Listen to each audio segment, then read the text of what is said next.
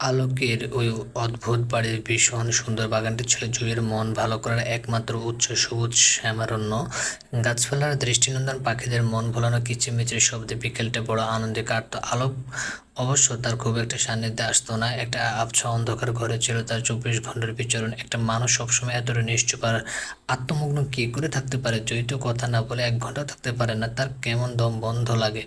আলোক নামের অদ্ভুত ছেলেটির রহস্যময় আচরণের প্রতি কিশোরী জুঁইয়ের কৌতূহল বাড়তে থাকে। একদিন জুঁই খুব হঠাৎ করে আলোকের ওই অন্ধকার ঘরটার ভেতর ঢুকে পড়ে। একটা ময়না পাখি উড়ে এসেছিল এখানে।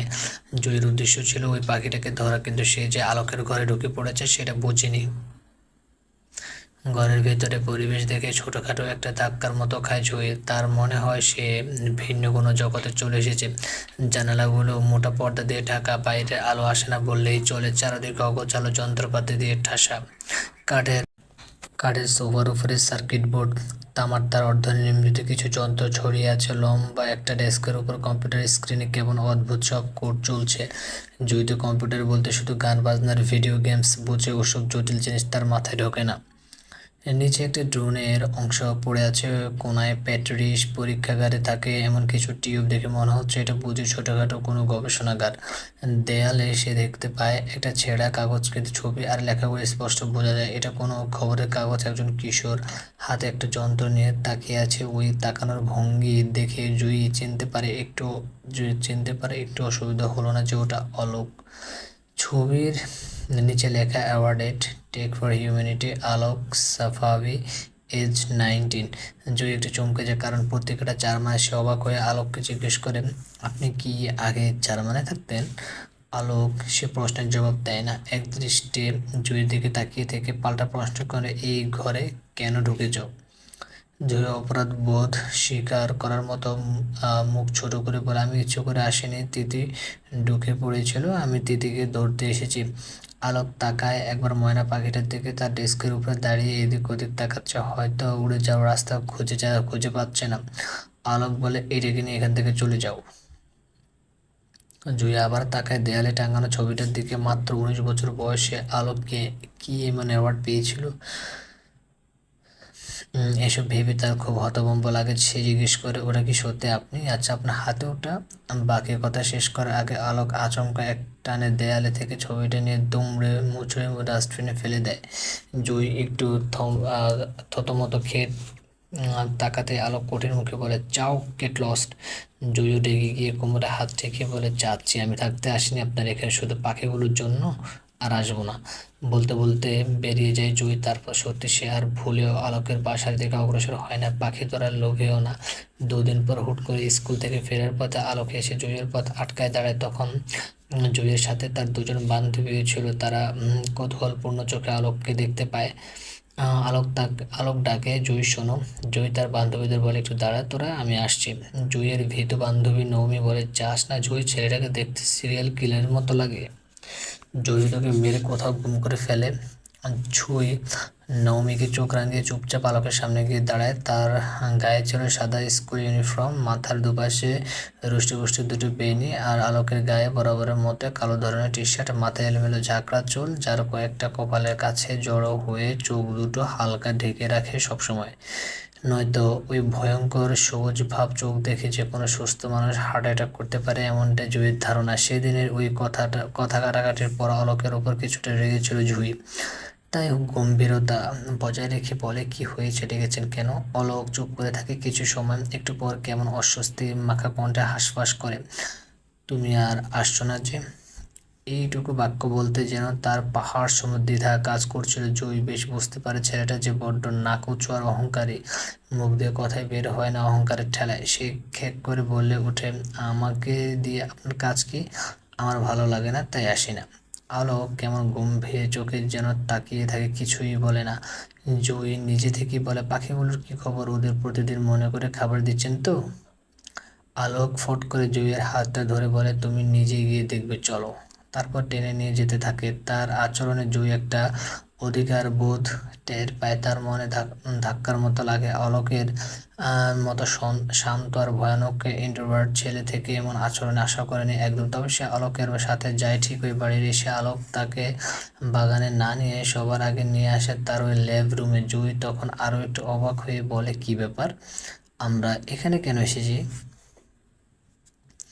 আলোক কথা না বলে তার ড্রয়ার থেকে বের করে সেদিনের ওই ছেঁড়া কাগজের টুকরোটা, যেখানে ছিল অ্যাওয়ার্ডের সাথে তার ছবি। কাগজটা জুঁইয়ের দিকে বাড়াতে জিজ্ঞেস করে, জুঁই, কি এটা? আলোক যন্ত্রের মতো গড় গড় করে বলতে থাকে, ছোট থেকে ইলেকট্রনিক্সের প্রতি আমার খুব প্যাশন কাজ করতো। 8 বছর বয়সে আমি বাবার সাথে জার্মান গিয়েছিলাম। ওখানে আমার একাডেমিক পড়াশোনা হাতেখড়ি হয়। স্কুল লাইফে আমি প্রথম বানিয়েছিলাম একটা মোবাইল জ্যামার। ওটা নির্দিষ্ট ফ্রিকোয়েন্সি ব্লক করতে পারতো। আমি ক্লাসে মোবাইল নিয়ে গেলেও স্যাররা সেটা ধরতে পারতো না।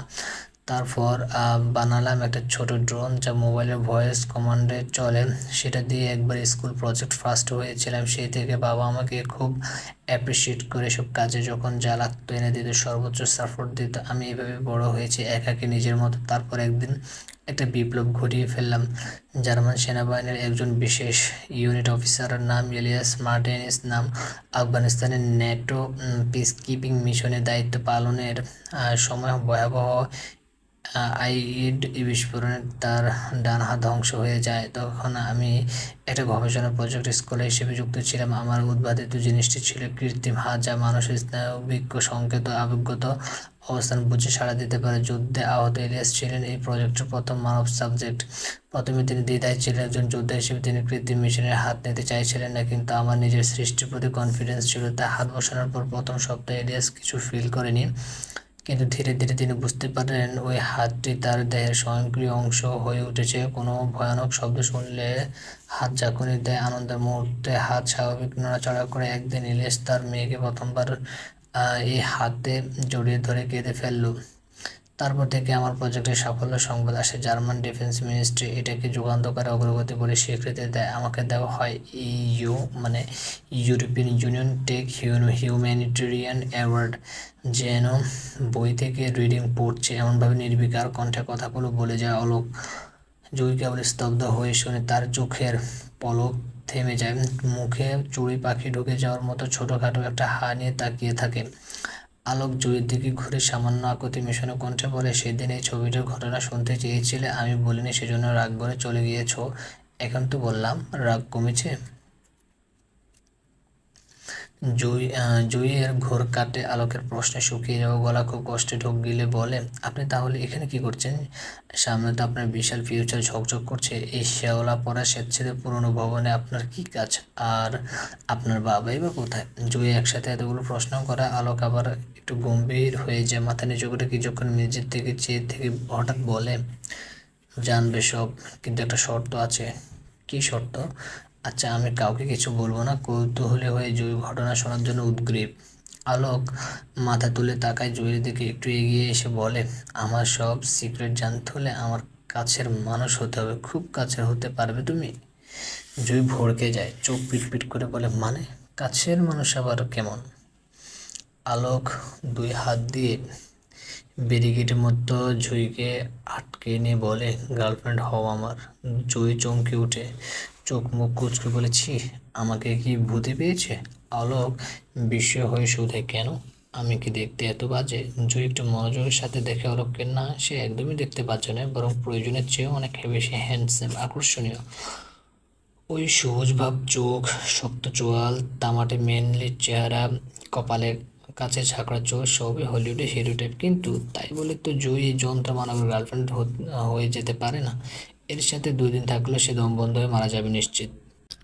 জুই দ্রুত দুই পাশে মাথা নেড়ে হাঁসফাঁস করে ওঠে, অসম্ভব, আমি পারবো না, আর আমি কিছু জানতেও চাই না আপনার সম্পর্কে, মাফ করুন। এই বলে সরে যেতে চাইলেও সে পারে না, কারণ দুপাশ থেকে আলোক হাত দিয়ে দেয়াল ধরে রেখেছে। জুই নিচু হয়ে তার হাতের ফাঁক গলে বেরিয়ে যাওয়ার চেষ্টা করতে আলোক তাকে ধরে ফেলে কঠিন গলায় জিজ্ঞেস করে, কেন পারবে না?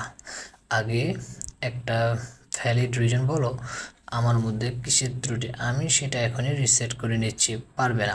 আপনার মধ্যে অনেক বড় ত্রুটি আছে, আর আপনি কোনো যন্ত্রণা যে ফট করে রিসেট মেরে দেবেন। আপনি গল্প করতে জানেন না, কারোর সঙ্গে মিশতে পারেন না, সারাক্ষণ গম্ভীর চোখে তাকিয়ে থাকেন। আপনাকে দেখলে তো সাধারণ মানুষও ভয়ে আঁতকে ওঠে। আমি চাই না আমার এত অদ্ভুত বয়ফ্রেন্ড হোক। আপনি বরং নিজের মতো রোবট টাইপ কাউকে খুঁজে নিন, নয়তো আপনি নিজে একটা রোবট বানিয়ে ফেলুন যে আপনার মতে হবে, সারাক্ষণ আপনার সাথে এই অন্ধকার ঘরে বসে টুকটুক করবে। ওকে? আলোক চোল শক্ত করে বলে, তুমি আমাকে নিয়ে মজা করছো? তার অদ্ভুত বড় বড় চোখ আর রাগান্বিত মুখ দেখে হাসি পায় জুঁইয়ের। এই প্রথম সে অলোককে রাগ করতে দেখেছে, আর ভাবলে সে নির্বিকার চেহারায় কোনো আবেগ ফুটে উঠেছে। বিষয়টা মজা। হঠাৎ জুঁইয়ের খিলখিল হাসি থেমে যায় যখন আলোক ডান হাত দিয়ে চেপে ধরে তার থুতনি। মুহূর্তে একটা দম বন্ধ করা অস্বস্তিতে তলিয়ে যায় জুঁই। আলোকের শক্ত হাতের স্পর্শ, পারফিউমের স্মেল আর ওই ভয়ঙ্কর চোখের দৃষ্টি, সব মিলিয়ে একটা ঘোর সৃষ্টি হয় যেন জুঁইয়ের ভাষায়।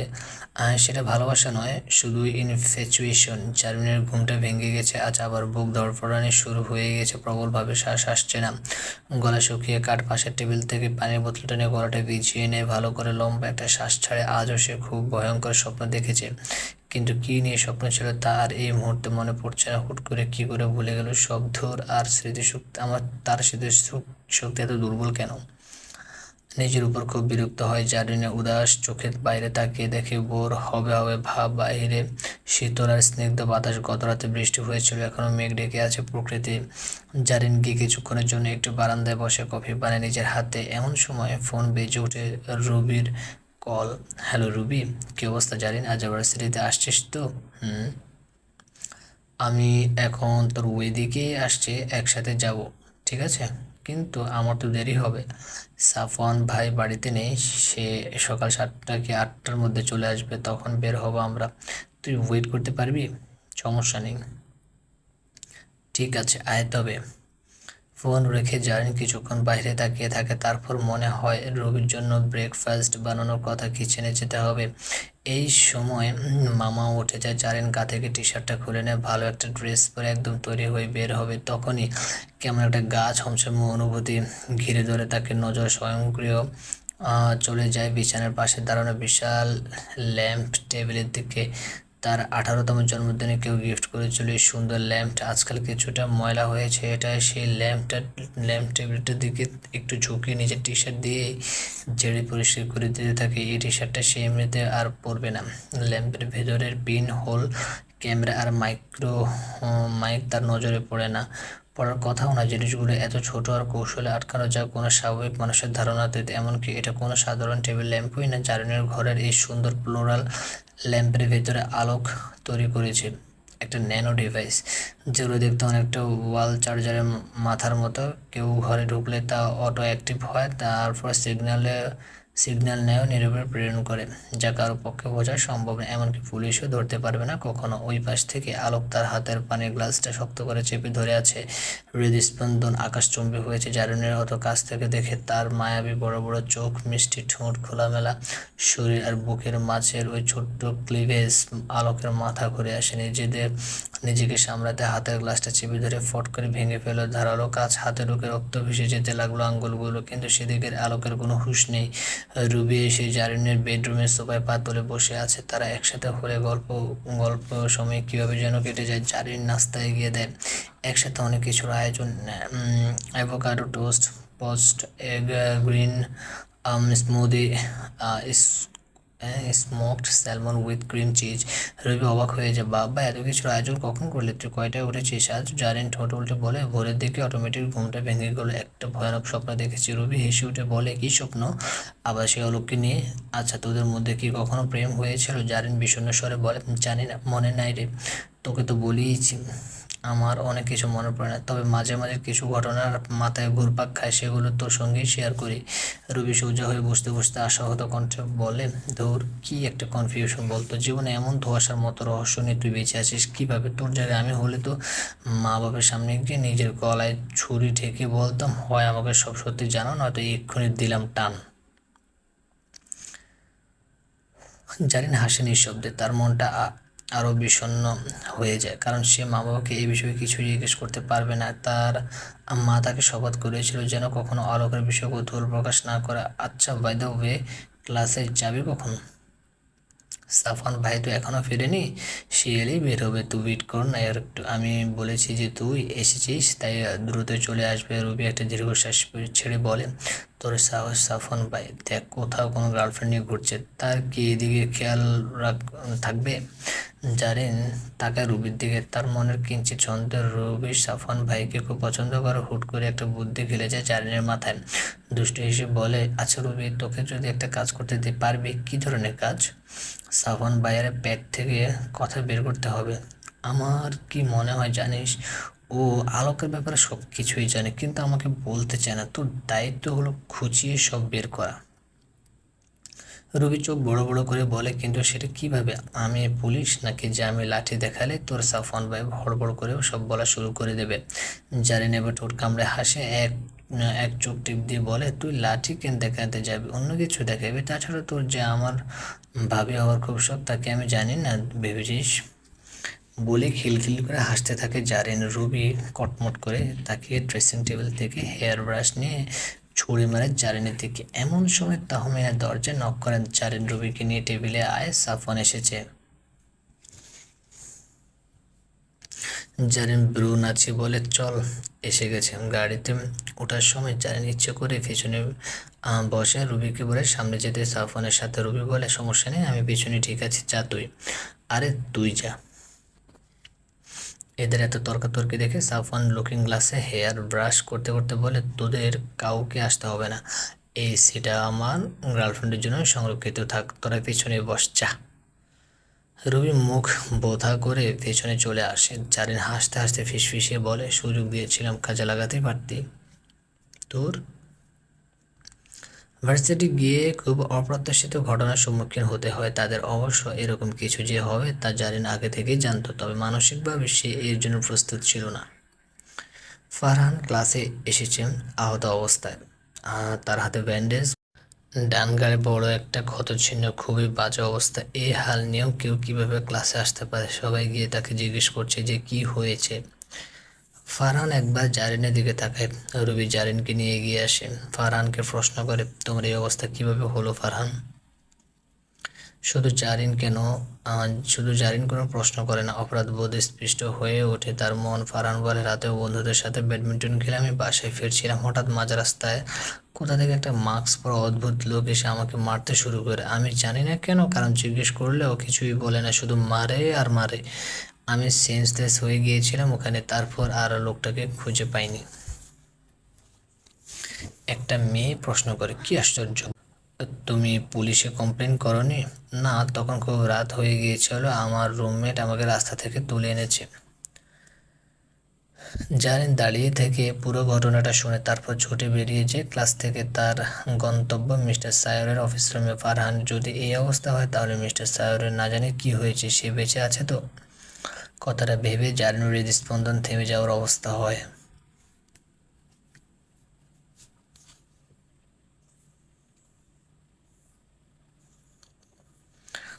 মিস্টার সায়রের অফিস রুম ফাঁকা। আজ কি তিনি আসেননি? জারিন হতদন্ত হয়ে খুঁজতে থাকে। তখন দেখা হয় মিস্টার ওয়াল্টারের সাথে, তিনি পদার্থবিজ্ঞান বিভাগের পর্টার। অফিস রুম গোছানো পরিচ্ছন্ন রাখা, তালা বন্ধ করা ও খোলা এসবের দায়িত্ব পালন করে। বয়স প্রায় 58 হবে, একটা ভারী কাঁচা চশমা সবসময় তার চোখে থাকে। এমনিতে লোকটার মেজাজ সবসময় নাকের ডগায় থাকে, তবে আজ সে জারিনের সাথে বেশ মিষ্টি সুরে কথা বলেছে। জারিন উদ্বিগ্ন কণ্ঠে বলে, আঙ্কেল ওয়াল্টার, মিস্টার সায়র কি আজ এসেছেন? ওয়াল্টার এসে বলেন, জি না, মিস্টার সায়র আসেননি, উনি খুবই অসুস্থ, তাই বাসায় রেস্ট নিচ্ছেন। থক করে ওঠে জারিনের ভেতরটা। মিস্টার সায়র কীভাবে অসুস্থ হলেন? জারিন জিজ্ঞেস করে, কেন অসুস্থ উনি, কি হয়েছে? মানে কোনো অ্যাক্সিডেন্ট? অ্যাক্সিডেন্ট হতে পারে, আমি নিশ্চিতভাবে কিছু জানি না, তবে চাইলে তুমি তার বাসায় গিয়ে খোঁজ নিতে পারো। আমি তোমাকে তার হাউস অ্যাড্রেসটা দিচ্ছি। জারিন কৃতজ্ঞতাপূর্ণ কণ্ঠে বলে, থ্যাংক ইউ আঙ্কেল ওয়াল্টার, খুব উপকার হয়। ওয়াল্টার সঙ্গে সঙ্গে একটা কাগজ জারিনের দিকে বাড়িয়ে দিল, যেন এটা আগে থেকে প্রস্তুত ছিল। জারিন একটু অবাক হয়ে বলে, আঙ্কেল ওয়াল্টার, আপনি কি জানতেন যে আমি এখানে আসব? মানে আগে থেকে অ্যাড্রেস রেডি করে রেখেছেন? ওয়াল্টার হেসে উঠে বলে, মিস্টার সায়ার তো খুব ফেমাস, তার অসুস্থতার খবর শুনে যে কেউ আমার কাছে অ্যাড্রেস চাইতে আসতে পারে, এটা আমি জানতাম, তাই আগে থেকে রেডি করে রেখেছিলাম আর কি।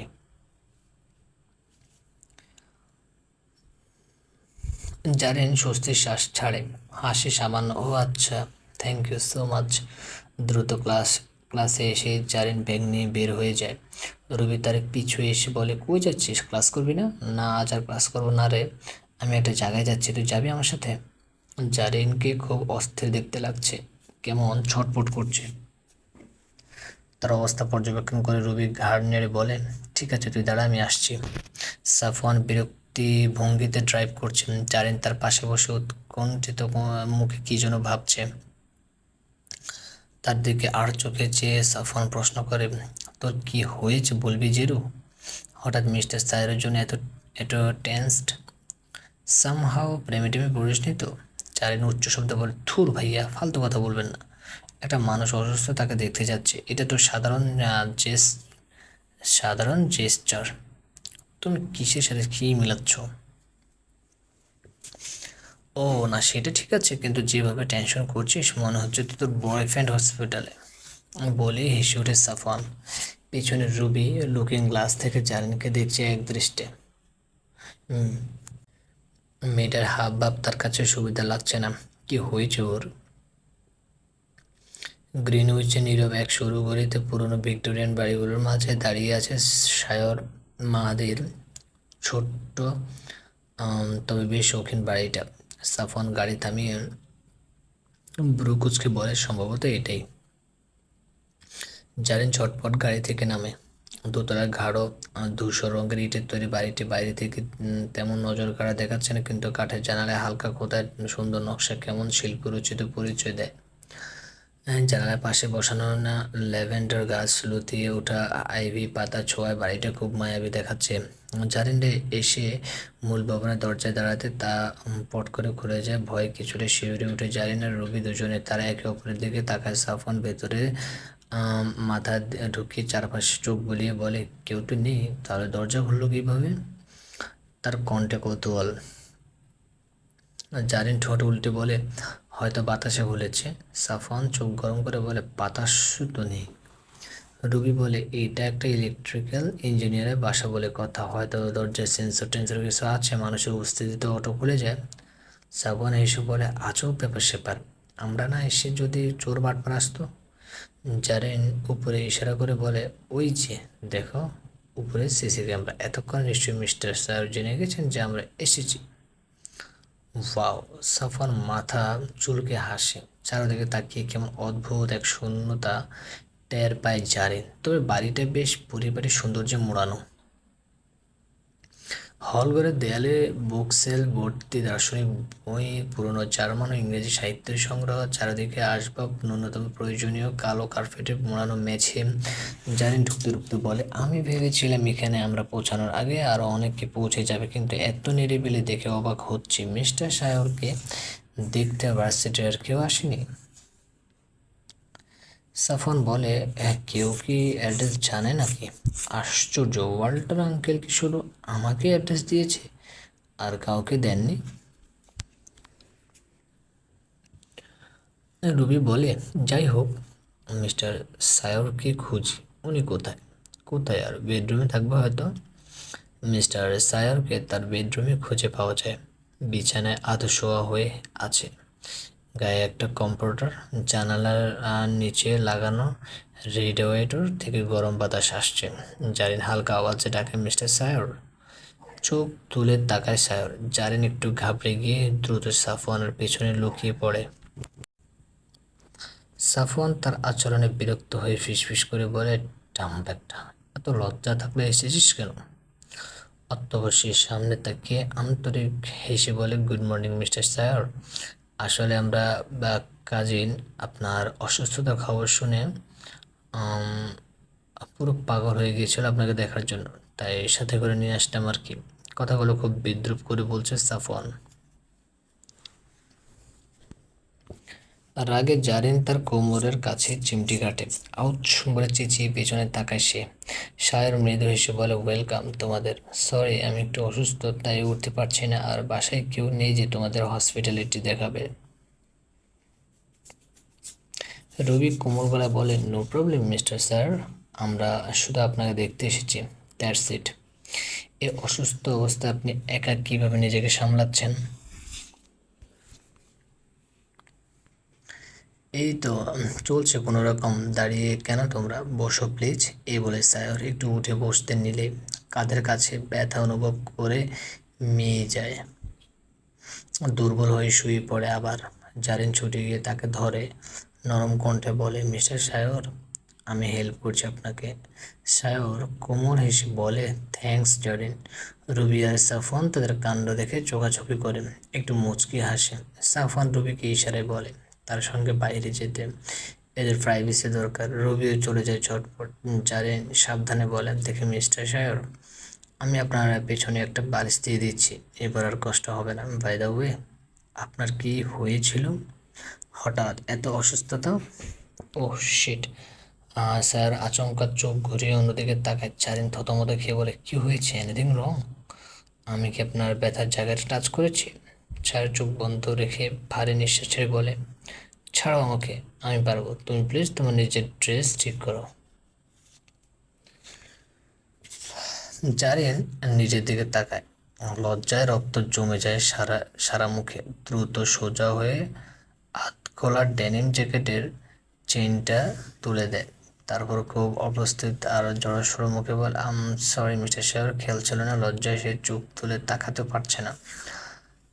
স্যার গম্ভীর দৃষ্টি রাখে জারিনের মুখে, থতমত কঠিন কণ্ঠে বলে, এখন এখন থেকে একটু কেয়ারফুল থাকবে। অমন বড় গলায় ড্রেস আর যেন তোমাকে পড়তে না দেখি, আর ওড়নাটা যেন ঠিকঠাক পজিশনে থাকে সবসময়।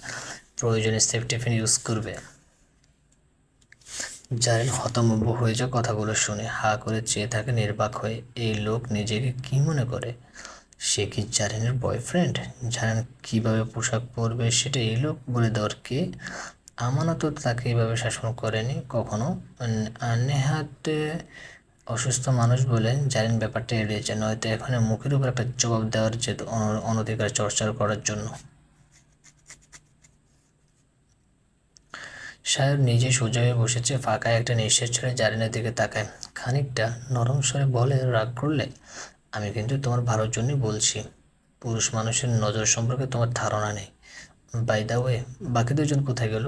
জারিন ফিসফিস করে বলে, পালিয়েছে শয়তান দুটো, আমাকে এই গেড়া কলে একলা ফাঁসিয়ে দিয়ে। বিব্রত ভঙ্গিতে একটু এদিক ওদিক তাকায় জারিন। প্রসঙ্গ ঘোরাতে সামনের ওই বড় স্ক্রিনে চোখ রেখে বিস্ময় নিয়ে বলে, এটা কি মিস্টার সায়র? সাধারণত এই ধরনের বিগ স্ক্রিন লাউঞ্জ রুমে থাকে, আপনারটা তো দেখছি বেডরুমে, তাও একদম বেডের সামনে লাগানো। সায়র হাসে মৃদু, মাথা নেড়ে বলে, কারণ এটা আমার সবসময় প্রয়োজন হয়। সবসময় প্রয়োজন? কি দেখেন, মুভি নাকি সিরিজ? এর চেয়েও অনেক ইন্টারেস্টিং কিছু। জারিন একটা ব্রো কুচকায়, আরও ইন্টারেস্টিং কিছু কী হতে পারে? তবে সায়রের বলার ধরনে কেমন একটু অস্বস্তি টের পায় সে নিজের মধ্যে। গা কাটা দেয় অযথায় সে, মাথার চুল ঠিক করে, গায়ের জ্যাকেট ঠিক করে, তারপর একটা চেয়ার টেনে বসতে বসতে বলে, আপনার এই অবস্থা কীভাবে হলো? কাল পর্যন্ত তো সুস্থ ছিলেন। তেমন সিরিয়াস কিছু না, জাস্ট হালকা ফ্লু। কাল থেকে বাসার বাইরে বের হয়নি, তবে ওষুধ খেয়েছে, ঠিক হয়ে যাবে। জানেন একটু স্বস্তি পায়, বাসা থেকে বের হয়নি বলেই হয়তো মিস্টার সায়র সুস্থ আছে, না হলে তার অবস্থাও ফারহানের মতোই হতো ভেবেই বুক ধুকপুক করে জারিনের। সায়র এক দৃষ্টে তাকিয়ে থেকে বলে, বাট তুমি যে আমাকে দেখতে আসবে সেটা আমি অ্যাকসেপ্ট করিনি, থ্যাঙ্কস। জারিন একটু ইতস্তত বোধ বুক করে বলে, না মানে আসলে আপনাকে নিয়ে একটু চিন্তা হচ্ছিল আমার, তাই আর কি। কেন হঠাৎ আমাকে নিয়ে এত চিন্তা? কেমন ইঙ্গিতপূর্ণ কণ্ঠে প্রশ্নটা করে সায়র।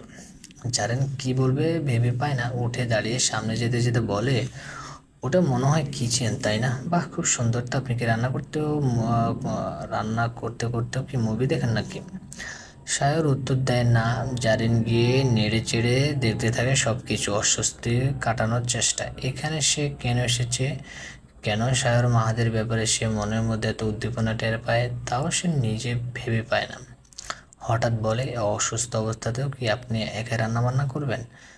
তো আর কে করবে, আমার তো আর বউ নেই। এ কথাটা তো যেন যেন কেমন ইঙ্গিতপূর্ণভাবে বলে সায়র। জারিন বিব্রত হয়ে বলে, না মানে আমি বলেছিলাম আপনার বাবা মার কথা, তারা কোথায়? নেই, ছোট্ট করে বলে সায়র। জারিনও আর পাল্টা প্রশ্ন করে না। বাবা মা নেই মানে কি মারা গেছে নাকি অন্য কোথাও থাকে, সেসব আর জানতে চায় না। একটু পর বলে, আমি তাহলে আসি মিস্টার সায়র, আপনি প্লিজ একটু সাবধানে থাকবেন। যেতে নিয়েও জারিন আবার একটু থামে। তার মনে হয় মিস্টার সায়রকে ব্যাপারটা বলা উচিত, নয়তো ভদ্রলোক কোনো বিপদ হলে সে নিজেই অপরাধ বোধ করবে। জারিন ফিরে এসে আবার বলে, mister Sayor, I want to tell you something. বলো কি হয়েছে, আচ্ছা বসো আগে। জারিন বসতে বসতে অস্থির চিত্তে বলে, I have a secret spy behind me. গত 3-4 বছর ধরে সে আমাকে ফলো করছে। আমার আশেপাশে কোনো পুরুষ আসার চেষ্টা করলে সে মিস্টিরিয়াস ম্যান তাদের ক্ষতি করে। এই পর্যন্ত অনেকেই তার শিকার হয়েছে। আমি কোনো গল্প বলছি না, ট্রাস্ট মি, এটা আমার লাইফের হার্শ রিয়েলিটি। এই পর্যন্ত কতজনের ক্ষতি হয়েছে আমি তাদের নাম বলে শেষ করতে পারবো না। রিসেন্ট সাফওয়ান ভাইয়ার ফ্রেন্ড অলিভার মারা গেল। মৃত্যুর আগের রাত ও আমাকে ফোর্সফুলি কিস করেছিল, আর পরের দিনে বেচারার অ্যাক্সিডেন্ট হয়। এটা কি কোইন্সিডেন্ট মানা যায় বলুন? আর ফারহান, আমাদের ক্লাসের ফারহানকে তো চেনেন, ওই পাকিস্তানি ছেলেটা। গতকাল ও আমায় প্রপোজ করেছিল, আর আজকে ওকে দেখলাম একদম আহত অবস্থায় ভার্সিটিতে এসেছে। ওর ডান হাতটা পুরো ভাঙ্গা, তুলতেই পারছে না। কি একটা অবস্থা, চিন্তা করতে পারছেন? এক নাগাড়ে এতগুলো কথা বলে একটু থামে জারিন। সায়র মনোযোগের সাথে শুনছে, দৃষ্টি কৌতূহল। জারিন এবার ঢোক গিলে হালকা শীতল কণ্ঠে বলে, আমার মনে হয় ওই লোকটার নেক্সট টার্গেট এবার আপনি। তাই বলছি প্লিজ সাবধানে থাকবেন মিস্টার সায়র। জারিনের কণ্ঠে আকুতি। সায়র এতগুলো ভয়ঙ্কর কথা শুনেও বিন্দুমাত্র ভ্রুক্ষেপ না দেখিয়ে কেবল শান্ত গলায় একটা প্রশ্ন করে, do you love me Zarin? Zarin চমকে ওঠে এমন প্রশ্নে, আশ্চর্য হয়ে বলে ওঠে, মানে? না হলে আমাকে নিয়ে তোমার এত চিন্তা কেন? আমার অসুস্থতার খবর পেয়ে নিশ্চয়ই ভেবেছিলে আমার কিছু হয়ে গেছে, তাই এভাবে ছুটতে ছুটতে এসেছো। আর সাফওয়ান যেটা বললো, তুমি খুব অস্থির ছিলে। আমি ভীষণ একা মানুষ জানি, এর আগে কেউ কখনো আমার জন্য এতটা অস্থিরতা দেখায়নি। তাই তোমার কেয়ার দেখে আমার ভালো লাগছে। জারিন উঠে দাঁড়ায়, হতভম্ব হয়ে যায়। এতক্ষণ সে বলল কি আর এর লোক বুঝলো কি? কি আশ্চর্য! তার বোধ হয় এখানে আসাই উচিত হয়নি। ধুর বেটা, মরলে ভালো হতো। সে শুধু শুধু বোঝাতে এসেছে। জারিন ব্রু কুঁচকে বলে, আমি আসছি মিস্টার সায়র। তারপর আর থামেন, চুপচাপ বের হয়ে যায়। কিন্তু সায়রের বলা শেষ কথাটা কানে বাজতেই থাকে, do you love me Zarin? Zarin নিজেকে সামলায়, না না, এটা হতে পারে না। তার আমান আছে। সে তো ক্যারেক্টারলেস না যে বয়ফ্রেন্ড থাকার পরে অন্য পুরুষের উপর অন্য পুরুষকে ফিল করবে। ছি ছি, এমন এমন কথা ভাবাও অন্যায়। আলোকের থেকে দূরত্ব বজায় রাখতে পারে না জুই। ধীরে ধীরে ভীষণ রকম জড়িয়ে থাকে সে ওই অদ্ভুত মানুষটার সাথে। তার হ্যাজেল চোখ, চাকড়া চোখ, গলার কাছে স্টিলের চেন, সবসময় ডার্ক রঙের টি শার্ট পরা, অদ্ভুত ভারী স্বরে কথা বলা, সব মিলিয়ে জুইয়ের কিশোরী মনে ঝড় তুলে দেয়। আলোকের ব্যাপারে আরও জানার জন্য ভীষণ কৌতূহল হয়ে জুই এক প্রকার মরিয়া হয়ে ওঠে। তবে সে ভীষণ মুখ পাতলা ধরনের মেয়ে, পেটের কথা চেপে রাখতে পারে না কখনো। স্কুল জীবনে তার বন্ধুর অভাব নেই, কিন্তু নবমীর সাথে ভাবটা যেন একটু বেশি। তাই আলোকের ব্যাপারে সব কিছু সে নবমীর সাথে শেয়ার করে ফেলে একদিন। ওসব শুনে নবমী খুব অবাক হয়ে বলে, জানতাম আমি, এই কোনো সাধারণ ছিল না, দেখতে কি মারাত্মক লাগে। আমার তো মনে হয় সে এখানে কোনো সিক্রেট মিশনে এসেছে। আচ্ছা, তোকে তোকে কি আবার ধরে ধরে নিয়ে যাবে না তো? জুই বিরক্ত হয়ে বলে, আমাকে ধরে ও আবার কোথায় নিয়ে যাবে? আরে হতে পারে না। তোর কিডনি, হার্ট, লাং ইত্যাদি কলকব্জা কেটে যদি বিদেশে পাচার করে দেয়, হয়তো এইটাই তার কাজ। তোর খালি আজাইরা চিন্তা। নমি মুখ ভার করে বলে, তো আর কি ভাববো? নয়তো ওই বেটা এভাবে তোর পেছনে কেন পড়েছে, আবার তোকে গার্লফ্রেন্ড বানাতে চাইছে। বাপরে! জুই একটু ভাব নিয়ে বলে, হয়তো আমার মতো সুন্দরী জীবনে কখনো দেখেনি তাই। ইস, যার মানে তোর চেয়ে 1000 গুণ সুন্দরী থাকার কথা। তাও ঠিক, আমি না বুঝতে পারছি না। বুঝতে হবে। বেটার পেট থেকে কথা বের কর। জুই তার লম্বা চুলের একটা বিনুনি হাতে নিয়ে খেলতে খেলতে বলে, সম্ভব না রে। ও বলেছে আগে গার্লফ্রেন্ড হতে হবে, নয়তো আমার সাথে কিছুই শেয়ার করবে না। নমিস রাগ করে খুব সহজ গলায় বলে, তো হয়ে যা না গার্লফ্রেন্ড, পাগল। চোখ বড় বড় করে ভীত দৃষ্টিতে তাকায় ছুঁই। নমি হেসে ব্যাখ্যা করার মতো বলে, আরে গাধি, তোকে সত্যি সত্যি গার্লফ্রেন্ড হতে কে বলেছে? কয়দিন মিথ্যে মিথ্যে একটু নাটক কর, ওর জন্য মজার মজার খাবার বানিয়ে নিয়ে যা, আর বোঝার চেষ্টা করছি তুই ওকে ভীষণ ভালোবাসিস। ব্যাটা পটে গেলেই তোর কাছে আস্তে আস্তে সব বলবে। জুই খুশি হয়ে বলে, দারুণ আইডিয়া তো দিয়েছিস তো, কাল থেকে শুরু করি তাহলে। পরের দিন স্কুলে যাওয়ার জন্য একটু দ্রুত বের হয়ে জুই। আগে সে আলোকের বাসায় যাবে, রাতে যত্ন করে আলোকের জন্য পায়েস বানিয়েছিল। জুই জানেই না 1 কেজি দুধের পায়েসে কতটা চিনি দিতে হয়, মায়ের সাহায্য নিয়ে বানিয়েছে। আলোক তার বাগানে পরিচর্যায় ব্যস্ত ছিল। জুইকে দেখি তার গম্ভীর মুখ অদ্ভুত উজ্জ্বলতায় ছেয়ে যায়। শীতল চোখে কিয়ৎক্ষণ চেয়ে থেকে বলে, গুড মর্নিং জুই। উফ! জুইয়ের হৃদয়ে একটা ভায়োলিনের মতো সুর বেজে ওঠে। সে কি এই চন্দ্রমানবের প্রেমে পিছলে পড়ছে নাকি? ছি ছি! আবেগকে ধামাচাপা দিতে হবে, পড়াশোনায় মন দিতে হবে। এই বয়সটা তো একটা আবেগের। ছুঁয়ে হাসি মুখে বলে, আপনার জন্য একটা জিনিস এনেছি, পায়েস। আমি নিজের হাতে বানিয়েছি, একটু টেস্ট করে বলুন তো কেমন হয়েছে। পায়েস কি? আলোকের কৌতূহলী প্রশ্ন। জয় বিস্ময়ে হতবাক হয়ে বলে, আপনি পায়েস চিনেন না? কখনো জন্মদিনে কিংবা কোনো অকেশনে আপনার মা আপনাকে পায়েস রেঁধে খাওয়ায়নি? আলোক বলে, আমার মা নেই।